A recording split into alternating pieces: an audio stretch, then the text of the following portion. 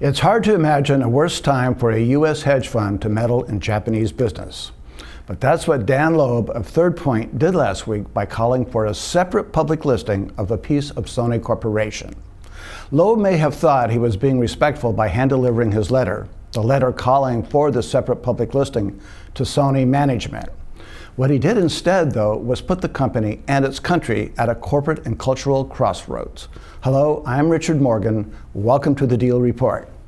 We begin by acknowledging that Prime Minister Shinzo Abe of Japan and CEO Kazuo Hirai of Sony are both relatively new to their leadership positions. Both have also had relatively fast starts.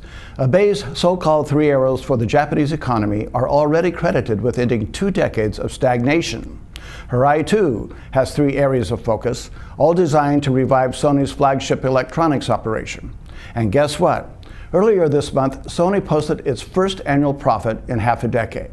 Fine starts, to be sure, but starts that Loeb may have undermined by asking Sony to unlock the value of what he called its hidden gem, its entertainment division. How exactly are Sony and Japan to respond? Given that Abe and Hirai are still settling in as leaders, Loeb's shot across the bow is premature at best. The consequences, however, could be permanent. Permanent to the degree that T. Boone Pickens couldn't coax a board seat out of Koito Manufacturing way back in 1989, despite owning a big stake in that Tokyo-based company. Pickens' frustration was such that on finally abandoning his campaign, he publicly declared, "Okay, Koito, I give up." This line, not surprisingly, has been resurrected in the context of Loeb's request. Yet it seems appropriate to examine what might happen should Sony actually say to Loeb, "Yeah, sure, let's give your separate listing mandate a try." The question then becomes where to stop. That is, who's to say investors won't regard Sony as chock-a-block with other hidden gems, or with lagging divisions ripe for the selling or the spinning? And what about all the other conglomerates that make up Japan Inc.?